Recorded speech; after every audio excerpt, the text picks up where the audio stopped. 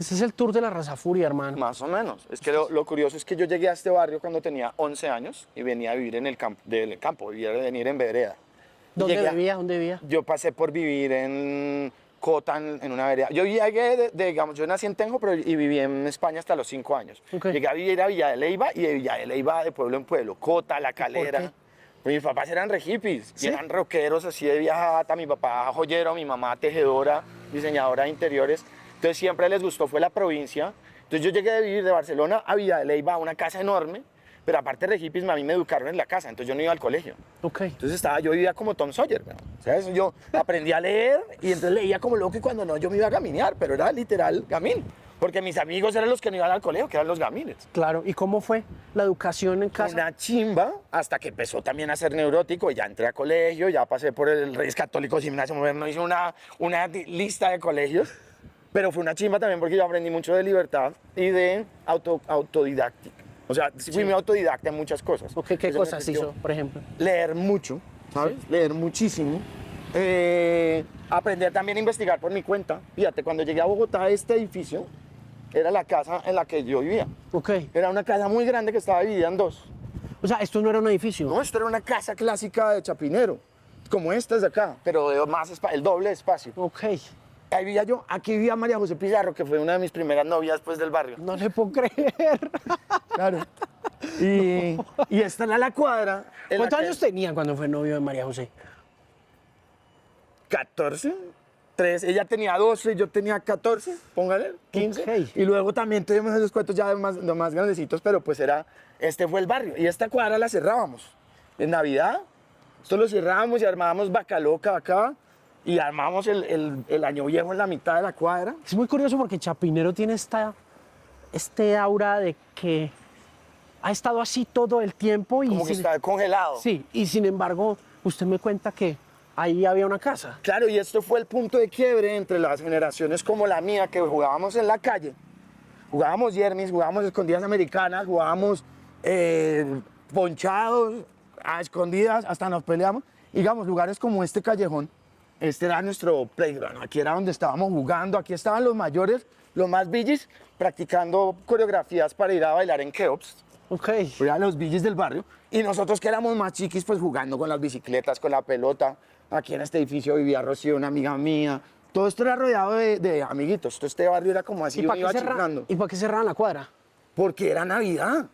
Entonces aquí poníamos barrera, poníamos piedras, llantas y no pasaba nadie por la cuadra. Y eso poníamos el año viejo en la mitad de la cuadra, tirábamos pólvora, sacábamos mesas a la calle, cerrábamos la cuadra como si fuera una verbena, algo que nunca pasaba en Bogotá. Sí. Pero también mis papás estaban bien fritos, entonces esa casa que te digo ahí, eso era como un bosque, todo el antejardín, teníamos perros. Y entonces este fue como el entorno de la infancia. Y de aquí también, de este barrio, pues nacieron muchas de las cosas que luego escribí en Catedral o que ya luego vi con el Trajano cuando se puso más duro. Claro. Porque en este mismo barrio fue que empezaron a salir toda la saga, digamos, de bares del underground de Bogotá, ¿no? Claro. Vértigo, Campo Elías, Transilvania, donde yo toqué por primera vez, que toqué con Aterciopelados, con Catedral.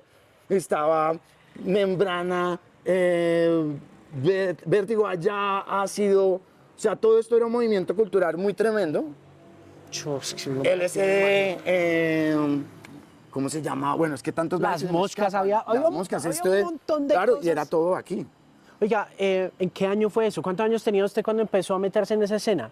No, yo empecé a los 14 años, salí por primera vez a los bares volado, escapado, con una amiga que vivía justamente en este edificio. Pero los papás siendo hippies lo jodían por... Mi mamá, aunque sea, siempre fue muy mamona con no salga, con muy sobreprotectora, dentro de que eran muy hippies y muy libertarios, sí me cuidaban y me limitaban. ¿Sí? Entonces, a mí me tocaba volarme o buscar quién me llevara y que fuera como mi chaperona. Y de hecho, una amiga fue la que me llevó por primera vez a TVG. Ok. Y yo entré a TVG y para mí eso me hizo... Porque pues entré... ¿Qué oyó? No, abrí la puerta y estaba sonando T para 3. De soda. Ay, que yo nunca había oído T para 3 de soda. Entonces ya... Y lleno de gente con pintas raras y peinados raros. Y estaban pogueando en la mitad de la pista con T para 3. Y yo, claro, yo quedé así contra la pared como, ¿qué es esta mierda? ¿Esta gente de dónde sale? A mí me gusta esto, yo quiero más. Claro, y ahí en adelante ya pues... O sea, usted arrancó, su gusto musical arrancó ¿por dónde? No, es que ¿Soda o yo tuve la fortuna de crecer en una familia como muy musical porque mis papás somos muy rockeros. Mi mamá vivió toda la escena, digamos, como rockera española de los 70s. Y de hecho mi madre huyó del franquismo y llegó acá en una época muy hippie. ah, no joda? Y mi papá pues también muy musical, toda mi familia, todos son músicos.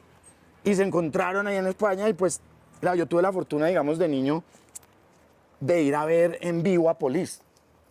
Porque mi papá trabajaba como carga y descarga para una empresa que tenía mi tío, que era el esposo de la hermana de mi mamá, él y su socio tuvieron Gamerco, que Gamerco ahora es Live Nation España. Ellos fueron los primeros que llevaron a los Rolling Stones, los primeros que llevaron a Police, los primeros que llevaron a Madonna, los primeros que llevaron a un montón de gente re grande. Y entonces yo de niño vi una prueba de sonido de Bob Marley. Está filmado, estoy filmado y lo puedes buscar en YouTube. ¿Cómo O fue puedes eso? como- ¿Cómo fue? Lo tengo aquí en el corazón. Recuerdo cosas como que Rita Marley me alzó y me dijo I love you y me dio un besito. Recuerdo recuerdo ver a Bob ensayando, recuerdo cosas sueltas. Lo que pasa es que ahora hay un video en Super 8, en YouTube, donde sale toda la saga de lo que pasó de ella. Entonces tengo ya memorias que han sido insertadas en mis recuerdos ya no están puros. Ish, qué cosa. Pero tuve esa fortuna, ¿no? Que yo vi eso, yo vi a Supertramp de niño, vi como a Elton John. Entonces con ese bagaje, cuando llegué a Colombia, empecé a estudiar música clásica en Tunja, en el Conservatorio de Tunja. Y ahí es violín durante varios años y cuando ya llegué a Bogotá, empecé a tocar en la Sinfónica Juvenil, en distintas academias, en el Conservatorio de la Universidad Nacional. Pero la vida en este barrio me conectó con la música ya de los finales de los 80s y underground de los 90s, que para mí en mi cultura, digamos, familiar musical no había la posibilidad de que llegáramos allí, ¿no? Había más música de los 70s, de los 60s, rock, o sea, Janis Joplin, Jethro Tull, Led Zeppelin, esa era la banda sonora de mi casa, y folclore. Folclore colombiano. ¿Qué cosas oían de folclore? Esto es, o sea, folclore, tambores, muchos tambores del Caribe. Mi abuelo era folclorólogo, entonces esa mixtura siempre estuvo, porque el man hizo las primeras investigaciones de todos los instrumentos folclóricos de la nación, todos los ritmos clasificados. Entonces, en la banda sonora de mi casa sí era mucho folclore, rock and roll y música protesta, porque eso no podía faltar. ¿Qué cosas oían de protesta? En mi Nah, casa pues, también Silvio había mucho. Rodríguez. Silvio La Lata. Violeta Parra. Uy, sí, claro. Horacio Guaraní. Sí, Facundo Cabral. ¿Cómo se llamaba el otro cubano? Pablo Milanés. Pablo Milanés. Y así muchos otros, ¿no? Pero entonces era una banda sonora bien curiosa que me llevó a mí a cuando ya conocí en este barrio, en esas escaleras que están ahí, era donde nos sentábamos a parchar. ¿Era un niño rebelde? Pues ¿Se le reveló a la familia alguna vez? sí, tenía una esencia, digamos que de rebeldía congénita, yo creo, porque mis padres, los dos son las ovejas negras de sus familias, los dos muy rebeldes. Entonces yo no tenía tanto que revelarme en el sentido de que mi casa y mi educación fue bastante libertaria, pero también con las riendas muy agarradas. Entonces también tenía cosas de que revelarme o lugares a donde volarme. Y yo creo que también pues la rebeldía y el antagonizar con los límites que le ponen a uno es lo que desarrolla también pues valor, ¿no? Como cierta viveza, como cierta recursividad de instinto. Sí, porque yo creo que yo lo recuerdo mucho en el Festival de la Niebla de Manizales. Ah, sí, señor. Y de hecho, en octubre de 1999. Mucha, eso que era 99, 98, Sí, claro. 1990. Tuvo que haber sido en octubre de 1999. Y me tocó presentarlos Ay, para salir ahí en la media torta. claro que sí. Me tocó presentarlos. Qué bueno que me recuerdes eso porque no era consciente de que estabas tú ahí. Uno puede tener referentes de rebeldía muy poderosos en la música colombiana, como un Dilson Díaz, que movían masas de una forma descontrolada y Uy, sí, a veces Dilson, casi la que peste. violenta. Total, Eh, total. Pero es que yo recuerdo mucho la expectativa de la gente, la media torta de Manizales repleta, Sí, me acuerdo. eh, de ella. Andrés ya parado como a un lado de la tarima, yo estaba acá a la derecha, y usted aquí atrás esperando a que yo dijera ultrágeno. Y esta vaina era una bomba de tiempo. O sea, esto era Sí. como si era como una bola de fuego que estaba a punto de estallar. Era gente. Sí, contenido así. Y de repente, cuando yo dije Ultrágeno y usted salió, esta cosa estalló de una forma. Y yo decía, uff. Era en serio la representación de la rebelión hecha músico. Era como, uff. Cool, Este qué man lindo, qué bonito. este man puede quemar manizales si se le da la gana. Sí. Y de eso yo creo que es un bagaje de muchas cosas. También de haber visto gente en el escenario haciéndolo cuando ya era muy niño.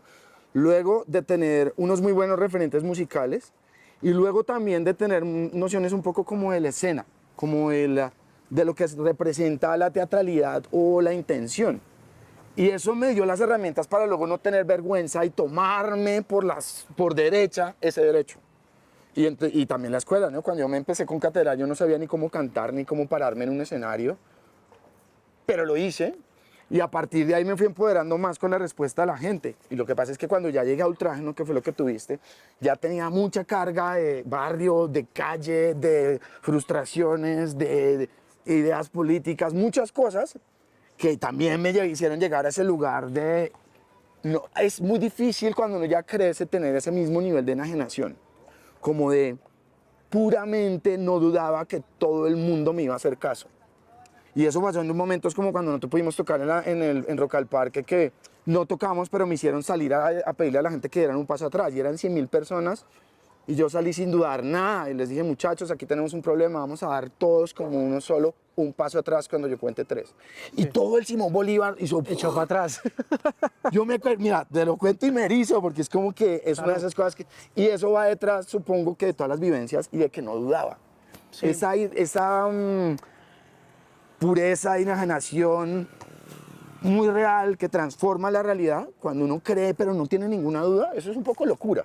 Sí, claro. Es un nivel de enajenación. Oiga, ¿por qué no tocaron esa vez? Porque nosotros quedamos entre Café Tacuba y Molotov. Sí. Café Tacuba se demoró un montón más en la cambio y se demoró un montón en desmontar, y cuando ya teníamos que subirnos nosotros, pues no había más parque, o sea, ellos tenían que ir al parque creo que hasta la 1 de la mañana, entonces ya no pudimos tocar y pues fue un momento muy frustrante porque estábamos en el momento culmen. ¿Qué año fue? ¿99? Eso ¿O fue en 90? 99. ¿Ustedes se acabaron ese año? No, nosotros nos acabamos en 2002, un año después de que yo me fuera para Europa. Ok. Porque, claro, es que ya ese fue el momento en el que todos salían del colegio, todos con unas carreras muy luminosas, ¿sabes? O sea, el baterista de Ultrágeno ahora mismo es el comisionado urbanístico de Nueva York. Ah, jue madre. ¿Sabes? El bajista de Ultrágeno es uno de los ingenieros eólicos más tesos del planeta, está dirigiendo ahorita los parques eólicos de Japón, Corea y no sé qué más lugares en Asia. Increíble. Barragán es un editor, pues tal vez de los mejores editores de Latinoamérica. Entonces es gente con unas carreras y yo en ese momento, era un momento muy agobiante, era el momento del Caguán, yo estaba trabajando en publicidad, había muchas cosas encima y no había como la perspectiva de dedicarse a la banda. Entonces yo sí decidí, no, es el momento de irme, y luego volví, tocamos más veces, pero ya era muy difícil mantener una banda a distancia. Sí, no, era complicadísimo. Además, una banda como Ultrágeno. Como Ultrágeno, que requería como tanta conexión con la realidad, con la calle, con... No, y que definía tanto... El lugar. Sí, el ¿cierto? lugar, el tiempo, la transición que había entre generaciones. Total. Porque era lo que definía de manera excepcional el movimiento alternativo colombiano. Total. Es decir, era otro nivel de excelencia de rock. Era oír un disco cuando Gabriel García nos llevó Código de Fuente. Código Fuente. A Radioactiva no podíamos creer que teníamos un producto de tanto nivel. Era supremamente... Qué bonito oírte decir eso. No, Qué es chévere. que era De hecho, mire, yo me acuerdo que era tan bueno que le tenían pánico en Radioactiva. Sí, yo me acuerdo, sí, esa sensación me acuerdo de Le haberla tenido. tenían miedo porque era una cosa que uno sabía que si se propagaba masivamente, iba a ser muy grande, pero también yo, ahora que lo veo en retrospectiva, siento que se pudo haber caspeado muy Yo muy también rápido, ¿sabe? creo que todo sucedió como tenía que pasar. Sí. Y entiendo de que eso que era muy genuino, la sensación como de que se iba a salir de madre, como de que era algo un poco incontrolable. Eso también tuvo algo muy bonito dentro del Ultrágeno, que fue todo surgió de una manera orgánica casi exponencial.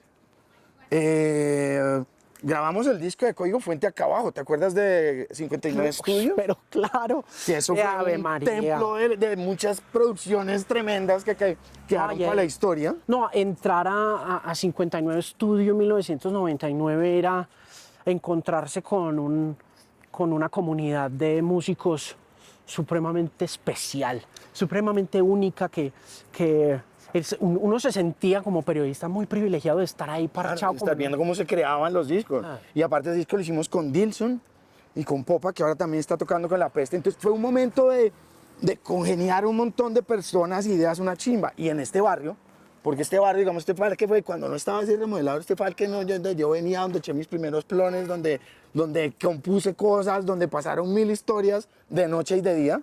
Y entonces, claro, todo eso plasmó luego cosas que quedaron escritas en Catedral y obviamente ya las experiencias más duras también dieron lugar a canciones con Ultrágeno y a tener algo para narrar. Porque- Oigamos, venga, usted, otra de las cosas que yo recuerdo mucho de ese momento, que era como todo o nada, era como que Sí. iba a pasar todo o no iba a pasar nada, era que usted también definía una nueva imagen de un rockero colombiano, era este rockero que tenía una imagen supremamente cool.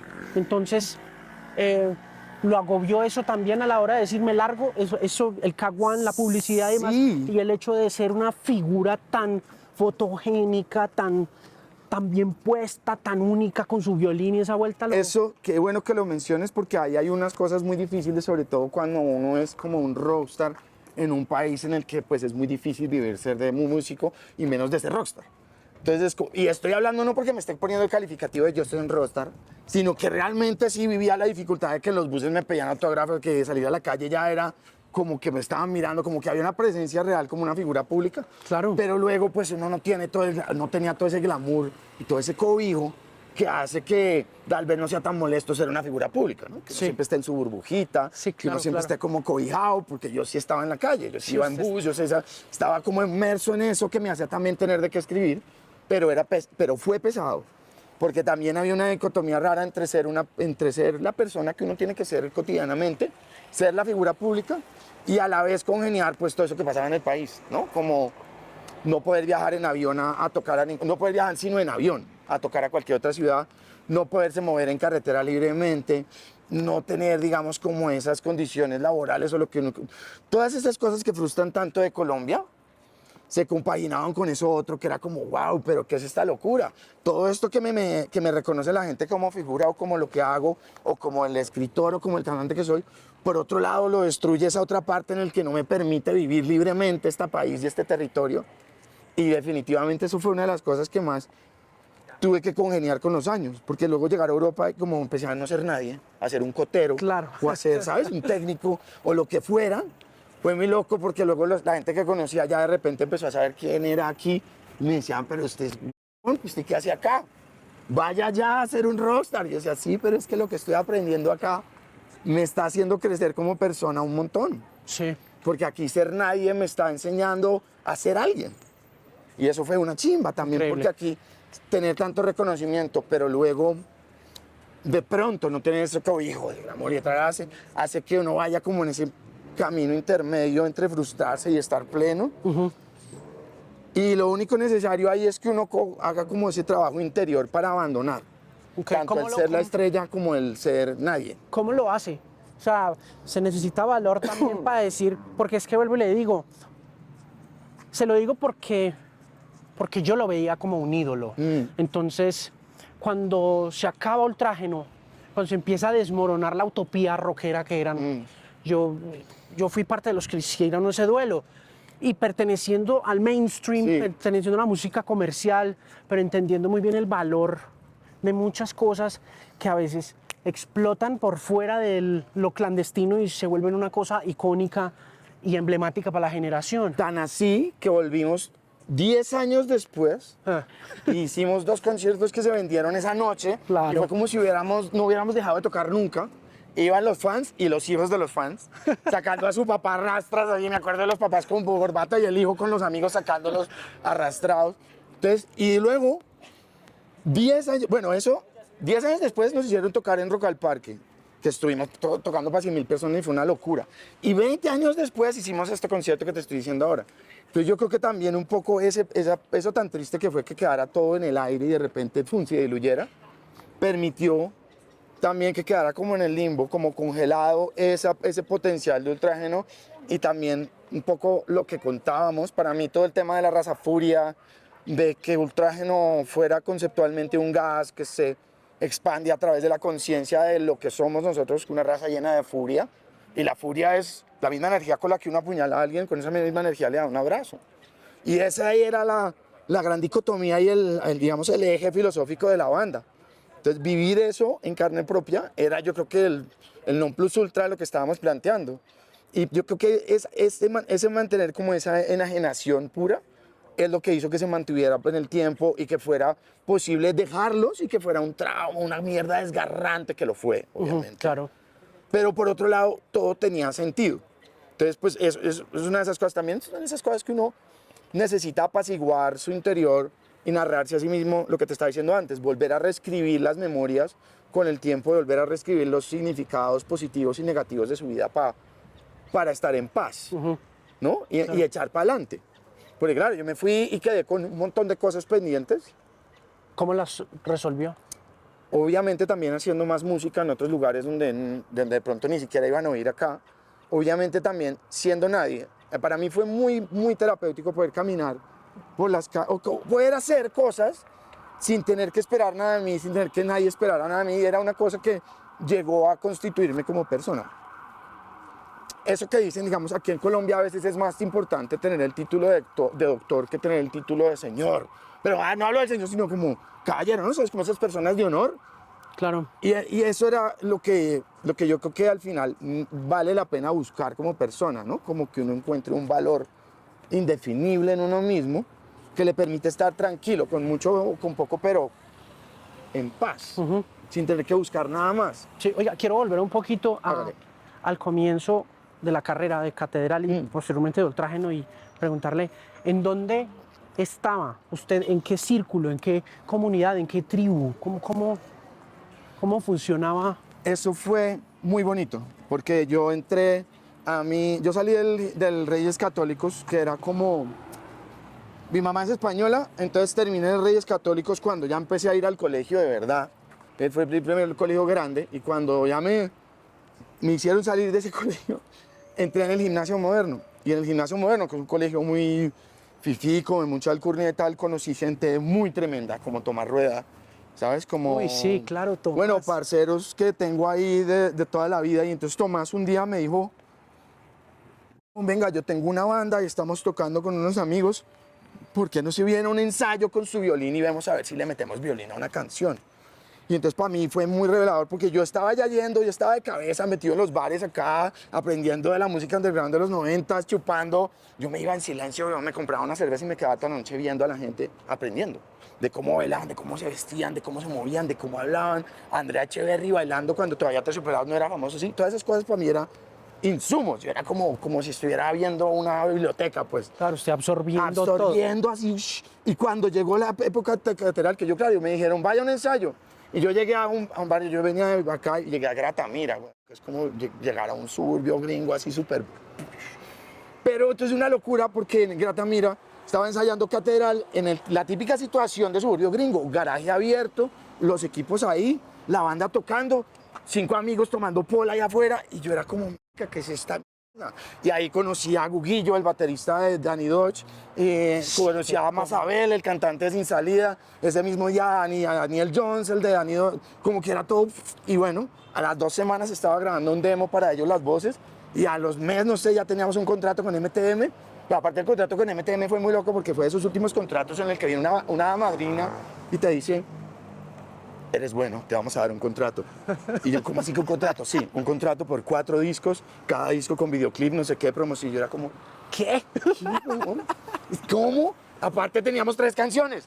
Era como, listo, de contrato. En 2 meses grabamos el disco. Nosotros como, pero que tenemos que componer. Terminamos incluso componiendo en el estudio. Pero lo bonito de eso es que pasó eso. El disco de Catedral salió en CD, vinilo y cassette. ¿Qué año fue? 94 salió, lo logramos en el 93. 30 años. Sí, claro, 30 años ahora. ¿Y ese disco qué? Pues ese disco está ahí congelado. De hecho, es una locura porque ese disco creo que ni tiene editorial. Imagínese. Y cuando nos juntamos hace 10 años, en 2014, nos juntamos con Catedral para ir a tocar a Rock al Parque. Hicimos todas las vueltas, pero los de Catedral sí que somos bien necios y colgados con esas vainas. Porque ni Navas, ni Tomás, ni yo nos pusimos las pilas y creo que todo eso está en el limbo. Pero el disco está ahí y yo quiero rescatar los derechos de ese disco. A ver si lo ese podemos disco, editar. o sea, ¿quién tiene los derechos? MTM. El disco del fonograma MTM. ¿Y quién es dueño de MTM? MTM, pues eso es de don Humberto, ¿qué es él? Humberto Moreno. Sus hijos tienen una editorial con la que estamos ahorita litigando por los derechos de Ultrágeno porque no nos han respondido desde la época de Francisco el Matemático, que ellos empezaron a poner canciones. Le dimos a ellos los derechos para que hicieran, digamos, el acuerdo que se hizo con RCN, pero nunca nos han reportado nada en estos 22 años y han vendido derechos acá a películas, a canciones, todo lo de Spotify le entra a ellos y ahí estamos en esa lucha. Esperamos que este año... Sí. Qué cosa tan impresionante esa como de tener ese cofre de música propia.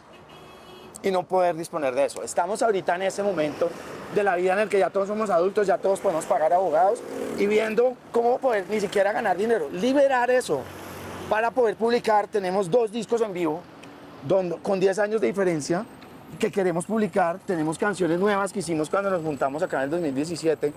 O sea, hay cosas para publicar y tenemos todavía muchas ganas de hacer vainas. Sí, pero al grabar esas canciones en vivo, Amos, ¿no son de ustedes? Sí, los lo Atercios son. me decían que ellos por eso grabaron el Sí del lo son, Coliseo.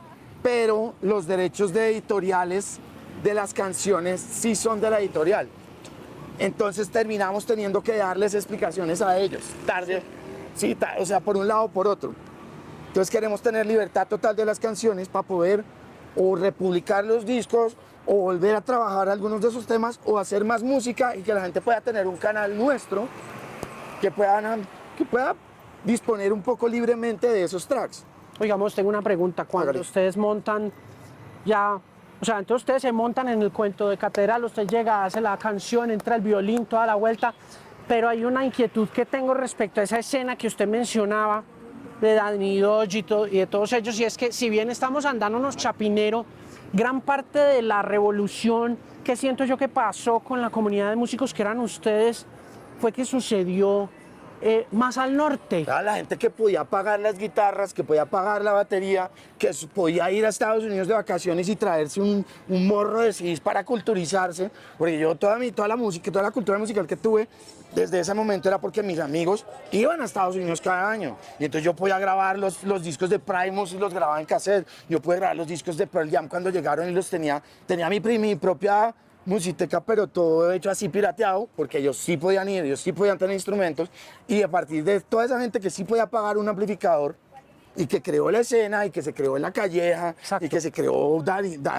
Dodge, Boca Abajo, Raíz, Ultrágeno, todo ese poco de gente, que era gente privilegiada, pero que luego abrió el camino para que ahora que está todo mucho más plural, y cualquiera puede ahorrar un poquito, ir a Ortizo y comprarse una guitarra, y montar una banda y ganarse un Grammy, pues eso fue lo que dio el conato a que pasara todo lo después. ¿La Calleja cuándo se activa? La Calleja yo creo que se activó por ahí en el 95. O sea, un añito después. 96. Sí, porque Catedral tampoco duró mucho, Catedral duró como 2 años. Sacamos el disco, hicimos un montón de cosas del putas y era como una escena grunge, muy bucólica, muy romántica, porque era rock noventero y teníamos ese concepto, pero era más romántico, más grunge, no tan pesado y hardcoreero. Sí, o sea, no tenía tanto punk como grunge. Exacto. Era más grunge y dentro del grunge la parte romántica. Si hoy teníamos canciones muy bonitas y muy emotivas dentro de ese disco de Catedral. Y es una lástima que no hubiéramos seguido, pero ahí coincidieron 1000 vainas, porque era un momento en el que a todos los metieron al ejército y entonces los ensayos ya no eran tan recurrentes. También todos teníamos nuestras locuras personales y nuestras vivencias que hacían que pues, juntarse, ensayar, componer, todo eso eran retos. Sí. Y aparte una banda es también como una familia. Tú sabes, mantener una banda en el tiempo es todo un logro. Sí, claro. Entonces, pues claro, lo que tú dices es real. Gracias a toda esa gente que tenía unos mínimos privilegios para poder incluso tener el garaje de la familia para que los dejaran ensayar, porque eso no era tan normal. O que la familia le prestara la sala de la casa para poder ensayar. No pasaba en todas las familias ni en todas las casas. Sí.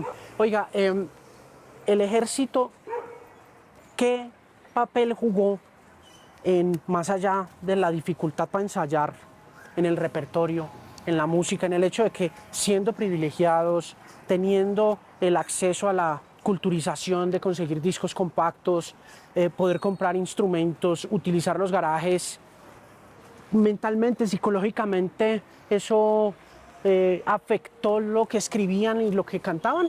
No tanto, en el sentido de que pues también yo no fui al ejército. Claro, no, me Pero refiero sí, a pero el sí lo llamado, entiendo. como el reclutamiento, porque también Sí. otra cosa que se habla mucho de La Calleja es como está, de todas maneras, una inclinación política. Ah, sí, ¿sabe? pero bueno, porque es que ahí estaba Raúl, que es un personaje muy particular de la historia de la música rock en Colombia, en Bogotá. Raúl, que era el dueño de La Calleja, junto con Guguillo, que Raúl representaba como el ala facha del rock and roll, así hardcore 3X, militarista y rollo y super así de matar punkis por las noches. Y por otro lado, Guguillo, que era su socio, que representaba una ola, una onda del rock bien loca, ¿sabes? ¿Qué Y- era? ¿Qué era? Claro, Guguillo siempre ha sido muy pepo y siempre ha sido un batero muy tremendo, pero siempre ha sido un personaje rebelde y que exterioriza su rebeldía sin ningún tipo de agüero. Y entonces siempre, de alguna manera, en La Calleja pues fue como el lugar en donde se hacían más conciertos de hardcore, donde se hacía más... se juntaba esa escena del hardcore del norte que tenía los privilegios y que tenía el tiempo y las ganas de pensar en disciplina y de pensar en straight dates y todo eso. Claro. Porque la gente del sur y la gente que tiene que sobrevivir no tiene tiempo para pensar en tantas huevas. Ahora sí, pero en esa época no. Cierto. Eso es Entonces cierto. por eso quedó también como esa imagen del rock más duro y más trin, más facho, ahí relacionado con el ejército y eso, también porque las canciones de Sin Salida hablaban de eso, ¿no? Exacto. Sí, sí. Disciplina es la vía y soldado no sé qué y a los héroes. Claro, claro, era. Y Raúl era el bajista y Raúl era un man peligroso.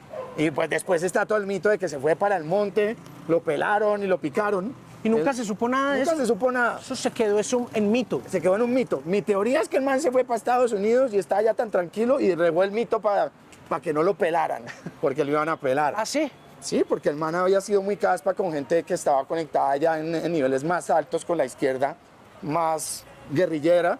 Y pues aquí en Bogotá esto siempre ha sido un microcosmos de lo que es Colombia. Entonces aquí, aunque viviéramos, a mí con las cosas que escribía, que cantaba con Ultrágeno, me estuvieron también visajeando y haciendo seguimientos y ¿Qué le huevonadas. dijeron? ¿Qué No, pasó? era, se unía a un evento y venía una vieja y me decía, huevón, aquí hay policía. Y así insistiendo. Ahí quedaba ácido bar, en ese garaje. ¿El primero? Porque es que El hubo primero varios. ahí, pero yo creo que ahí era el primero, en ese sótano. No joda. Sí, sí, ¿En sí, sí. serio? Sí, sí. Uy, yo sí que parrandía en Ácido Bar cuando Sí, llegué a cuando ya, Bogotá. pero más al norte, cuando está más al norte. No, sí había, en uno de aquí de Chapinero, pero no sé si era este, es que tuvo como tres Hubo locaciones. tres locaciones. De la que yo me acuerdo era aquí, que era la que me tocó a mí cuando empezaron, pues. Sí. Oiga, ¿y entonces que lo visajearon? Ah, sí, sí, sí, me estuvieron haciendo seguimientos, iban a los conciertos, pasaron cosas raras. Por las noches, digamos, al salir de un concierto, nos siguieron carros, cosas que pasaban re raras. Uy. También en ese momento estaba empezando toda la escena de la música electrónica acá. Y entonces dentro del movimiento también de la música electrónica, que yo no le podía contar a nadie que yo iba a fiestas de hardcore, el techno por las noches, porque para el rockero eso era un sacrilegio. Claro, eso no se podía. Pero para mí fue una experiencia muy tremenda y todo se configuró más o menos al mismo tiempo. ¿Y a usted por qué le empezó a tramar la electrónica? Porque a mí siempre me han gustado las cosas extremas. Y la electrónica que me empezó a tocar a mí fue el hardcore, y el drum and bass y el jungle, que era una cosa muy tribal y muy, como muy física y muy de adrenalina. Pues Y el a drum and través bass. de eso entré a la electrónica de cabeza, claro. Sí, además el drum and bass de mitad de los 90, que es... Lo mejor. Venga, le muestro dónde viví más tarde, cuando ya tenía Ultrágeno. Sí. Aquí abajo, delante del Libre. Oiga, sabiendo que ese combo era tan hardcore, vuelvo y le pregunto, ¿no? ¿Cómo? Es que fue un bicho muy raro usted. Sí, porque no, Ultrágeno era como el hardcore, muy hardcore, pero que no estaba dentro de ese nicho del hardcore de 3X, que en el que todos se daban besitos y estaban juntos unos con otros, sino que Ultrágeno pues era como el bicho raro que estaba por su cuenta haciendo esa misma línea tribal de convicción personal, de tener un discurso muy claro, de tener una filosofía, de incluso nombrar a la raza furia y que la raza furia se identificara con la banda y hubiera como esa sinergia, ¿no?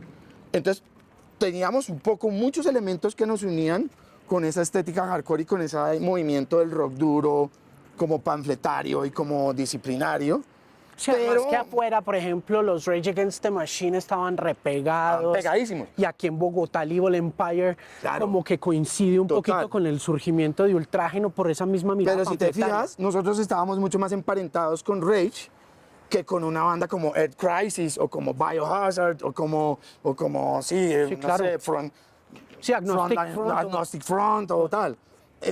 Si éramos mucho más libertarios o mucho más con un pensamiento mucho más popular sí. que el otro que era más exclusivista y más de es que este sí y este no. Y el que no y lo borro. Un poco. Era mi sensación. Y no lo jodían por eso ahí Sí. en la calleja, no le decían, bueno, ¿y usted Sí qué? tuvimos tensiones, pero lo que pasaba con Ultrágeno era que por nosotros hablaba la gente. Claro, y era tan bueno. Claro, la cosa era tan arrasadora que no, y que esos grupos no llegaban a llenar media plaza del Che en la Universidad Nacional cuando tocaban. ¿Sabes? Que nosotros llegamos a tocar en Facultad de Artes y estaba repleto. Y entonces eso pasaba, ese fenómeno muy popular y muy de tocar en lugares como en el Vergel, en Kennedy, que fueran miles de personas, pues era una cosa muy evidente, demasiado contundente, con la que no había cómo pelear, creo yo. Sí, no, era complicadísimo y sobre todo teniendo pues un auditorio al que finalmente pues le iba gente por Sí, esa misma razón. Exacto. Entonces, no, ahí no hubo tanta pugna. Con los años, me he encontrado, digamos, en la calle con un cantante del Sagrado, al que le tengo resto de respeto. ¿Jairo se llama? Y entonces, Del Sagrado. del Sagrado, me contándome, yo a este le tenía antes resto de bronca porque estos videos pero nos damos un abrazo y tenemos la redonda. Al final, esos deseos de convicción, de sentirse parte de algo, como todo ese flujo por identificarse y de sentirse parte de un grupo, todos lo tenemos y es el mismo. Es lo mismo que lo hace a uno ir a una iglesia y rezarle a Dios, yo creo. Claro, ¿entiendes? sí, yo creo que tiene ese espíritu, tiene esa espiritualidad también. Aquí en esta plaza, yo creo que se escribieron un par de canciones de Ultrágeno. Yo vivía ahí en ese segundo balcón. ¿Solo? Vivíamos 3 amigos y yo. Ok. Y ahí, en ese momento, acabo de entrar a la universidad y fue un momento muy especial porque vivíamos solos por primera vez, estábamos entrando a la universidad y era un momento de explosión de muchas cosas, de muchas ideas, de crear, ahí hice el guión para el primer videoclip de Ultrágeno, que fue el que nos ganamos para el Ministerio de Cultura, ya sí se hizo el disco de Ultrágeno y se hizo ese video, como que en este entorno de este barrio se cocinaron muchas cosas y mucha noche también, porque aquí pues tenía uno de las 60 aquí a una cuadra, como que hay muchas cosas muy positivas y también muy oscuras por acá. Sí, claro, esto aquí estaba Sí. caliente. O sea, todo de el hecho, a mí, tiempo. en este barrio, no le conté, pero allá en la 57, yo fui damnificado de la bomba esa que le pusieron a Masa Márquez, la primera. Sí, claro. Tengo me acuerdo. esquirlas todavía puestas en la cabeza No y eso. joda. Por eso. Porque estaba esperando el bus del colegio. ¿Cuántos años tenía? 13. Iba a cumplir 13 en ese momento. ¿Y se acuerdan? Claro, me acuerdo de eso sí, porque eso sí fue pues, un fenómeno contundente. Estaba sentado en las escaleras de un edificio que está en la 57 y estalló la bomba y como que todo quedó como en rojo y yo quedé inconsciente. Y ya luego pues ya me despertaron cuando me recogieron del lugar y me llevaron a clínica y toda esa vuelta. Sí, para que vea. Son momentos milagrosos, me da la impresión a mí. Total. Como que entre músicos hay momentos que cuando uno se pone a revisar el pasado encuentra que están como todavía habitan entre nosotros por obra y gracia de algún poder supremo o del cual. cosmos o qué sé yo. Tal cual. Oiga, ¿en qué momento se dio cuenta que Ultrágeno iba a ser grande, que iba a ser relevante, que iba a ser importante? Yo no me di cuenta sino hasta que habíamos hecho unos cuantos conciertos y empezó a ir exponencialmente más gente. O sea, yo con Ultrágeno pasó algo curioso y era que como que estaba tan enajenado y tenía tan pocas dudas que para mí era muy normal que nos fuera exponencialmente bien, para mí era muy normal que la gente empezara a hablar del lenguaje de las canciones y que se empezara hasta a tatuar el logotipo, pero no por ególatra, sino porque yo sentía como yo estoy haciendo esto para que eso pase y no hay ninguna duda de que eso va a pasar. Cuando empezaba a pasar, como que sí me sorprendió, como que dije, oiga, sí, está pasando, que siempre fue alucinante, pero como que no sorprendía porque era algo que yo sentía que tenía que ser así.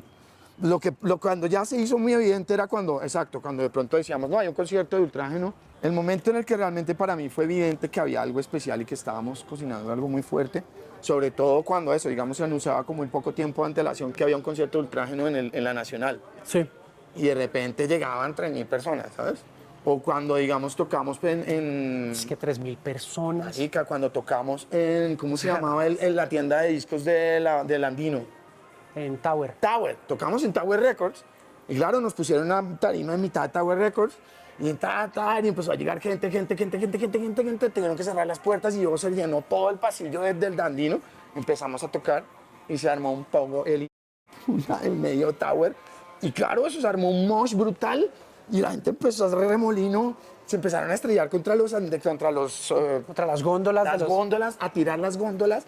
La gente empezó a guardarse discos, revistas. Yo me acuerdo que eso colapsó. Nos tuvieron que sacar por los túneles de atrás del Andino con policía. Y se quedó eso lleno de gente, colapsado. Y claro, tuvieron que abrir las puertas y abrieron y sonaba.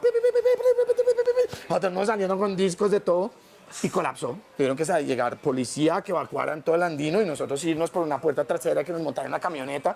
Pero fue una vivencia en ese momento que uno dice como, ¿qué está pasando acá?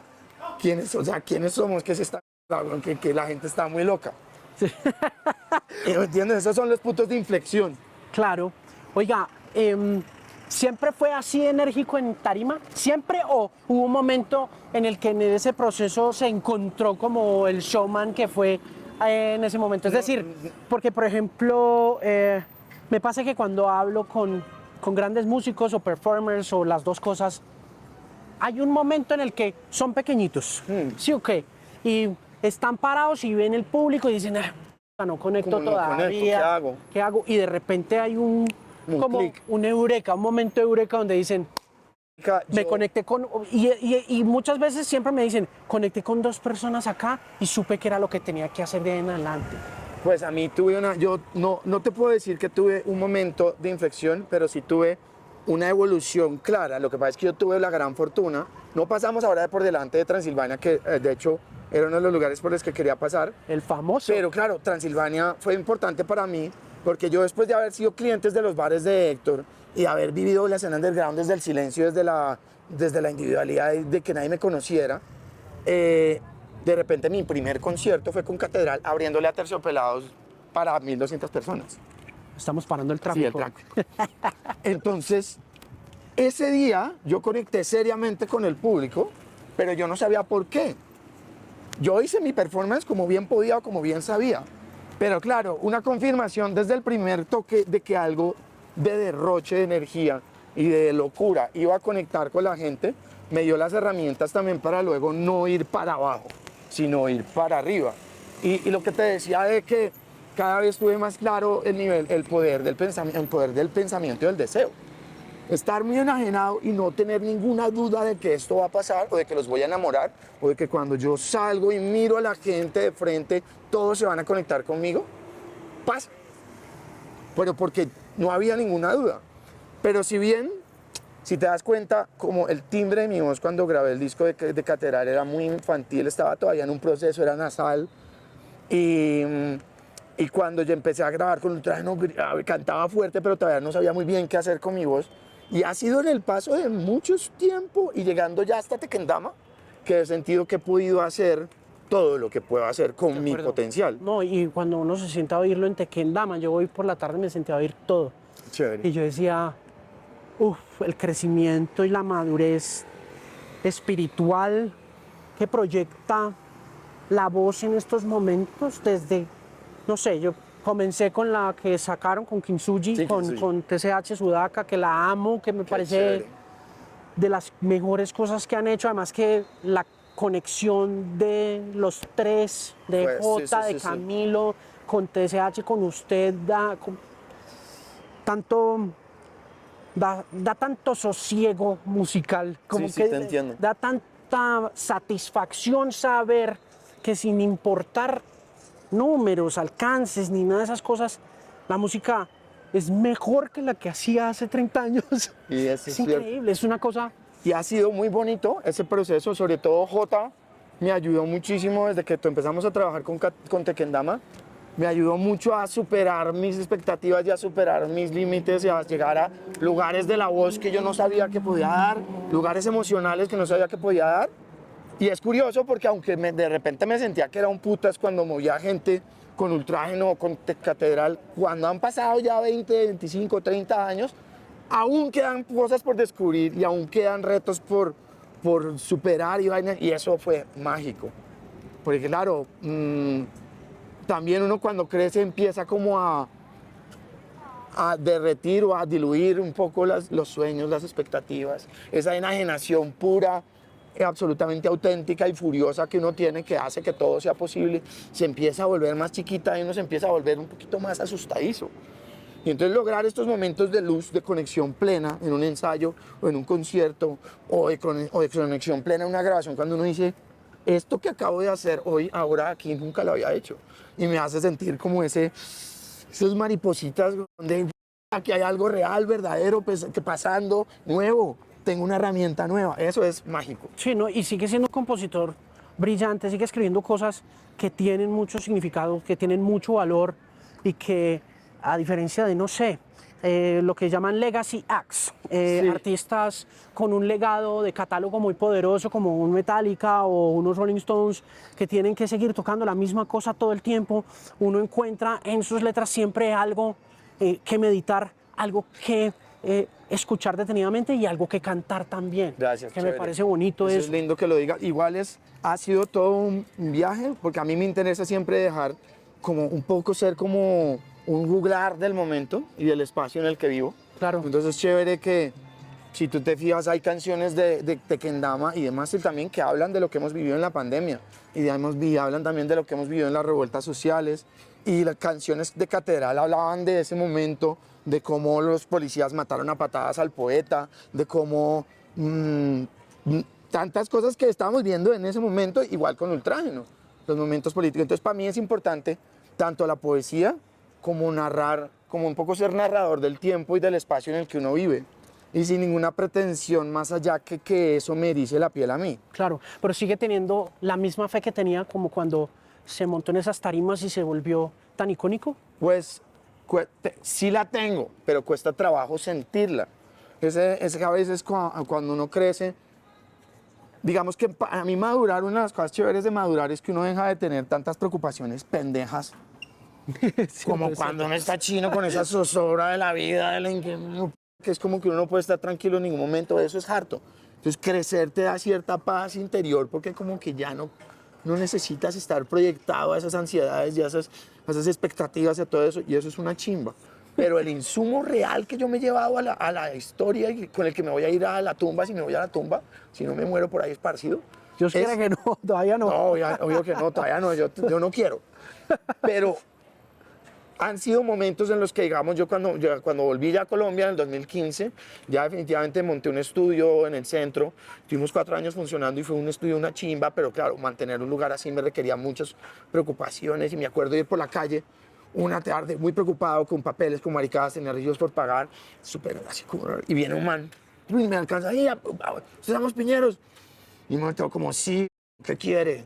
Pero rayado así, pero yo lo miro y el man, bien peinadito, recién afeitadito, weón, súper limpio, súper bien puestecito, con un saco que decía Agnostic Front. Y yo me quedo mirándolo y le digo, bueno, sí, a ver, estoy ahora, no es el mejor momento, pero ¿qué quieres? Y mamá me dice, venga, es que yo quiero mostrarle a usted algo que le tengo que agradecer a usted, porque mi vida está ahí. Entonces yo le dije, bueno, camine. Entonces mamá me dice, venga, está una cuadra atrás. Cuando yo estaba en la mala, estaba en la calle con una cobija en el hombro, y mi vida era un desastre, y yo, gracias a su canción La Juega, logré encontrar el coraje, logré encontrar las razones para darle sentido a mi vida. Y mientras íbamos caminando, llegamos. Y entonces viene el man y me dice, mire, le quiero mostrar esto, que esto es gracias a usted y quiero dedicárselo a usted. Y llego yo y está una chica súper guapa con 2 niños divinos, también niño, niña.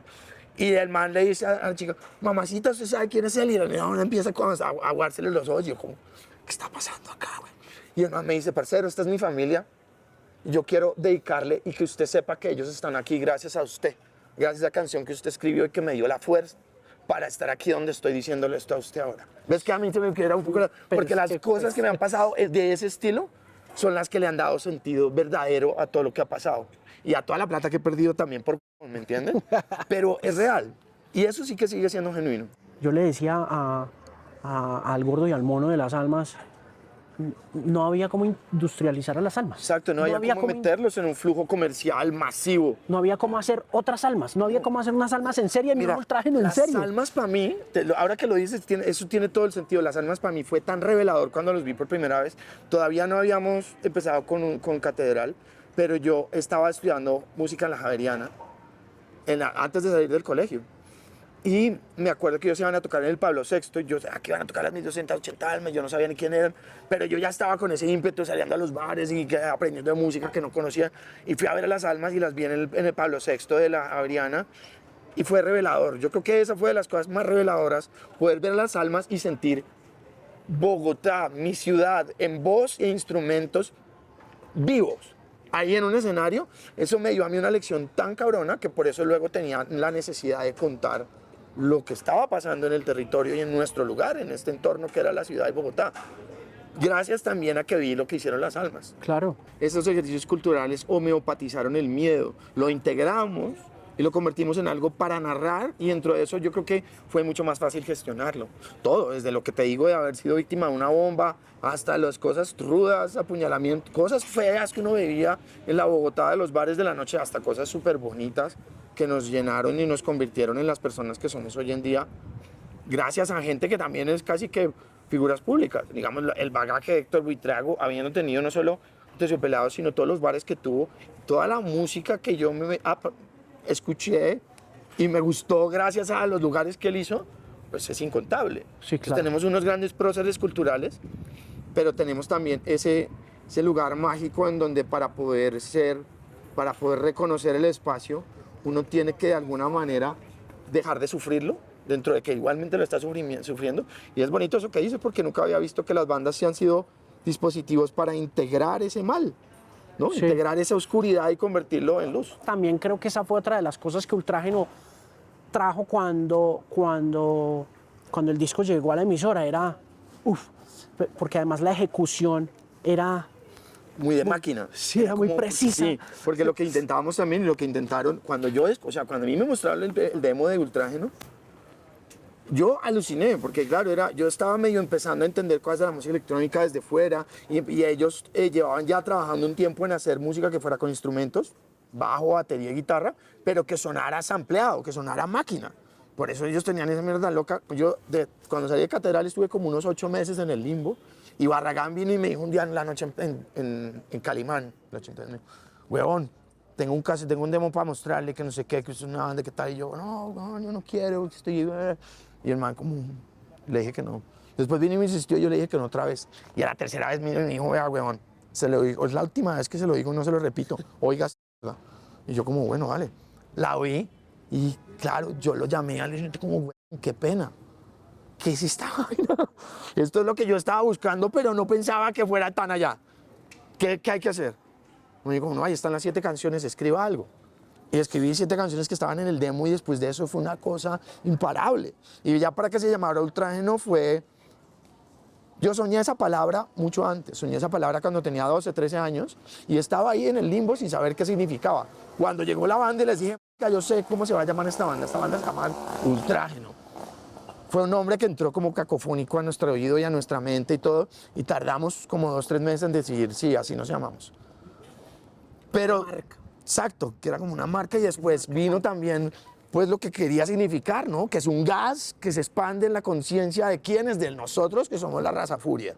Y ahí pues como que todo empezó a crecer. Todo un concepto. Sí, Es que, uf, Y no. estaba muy ligado a la magia, yo creo. ¿Sí? Sí, pues la magia, esto que me refiero a las palabras tienen magia, la conciencia tiene magia, el deseo de transformar algo hace que eso se transforme. ¿Y Entonces, la psicomagia habitó en su casa? O sea, Claro. los papás eran...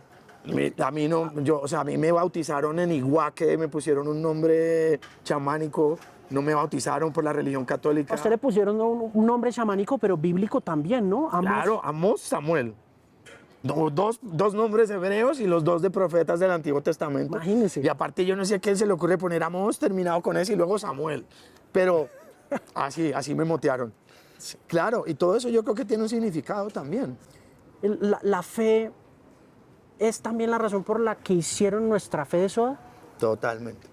y es la razón por la que se acabaron. Perdieron la fe en, por ejemplo, usted mencionó al Caguán, en Colombia en ese momento.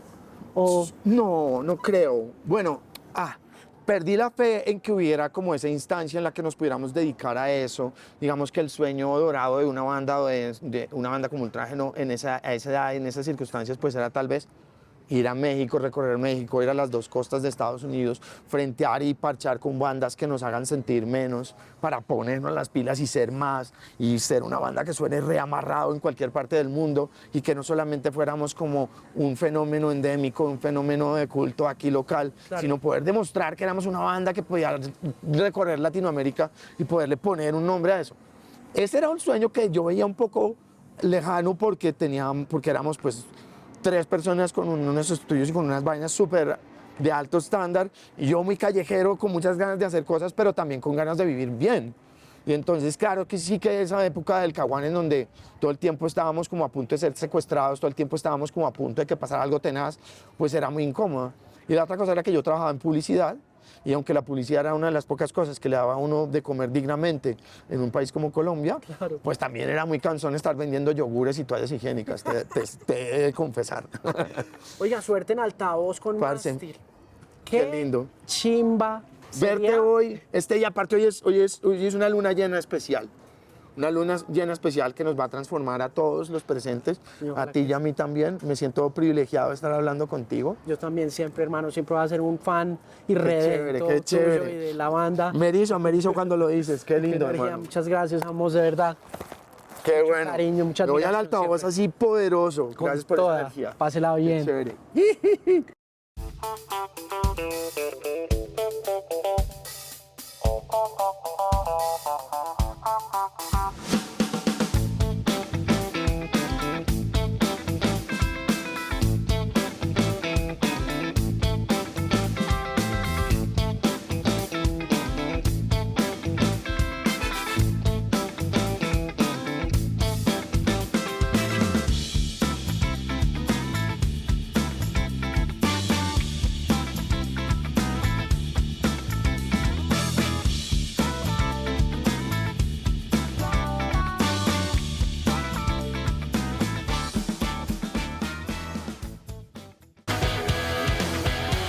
Ministerio TIC,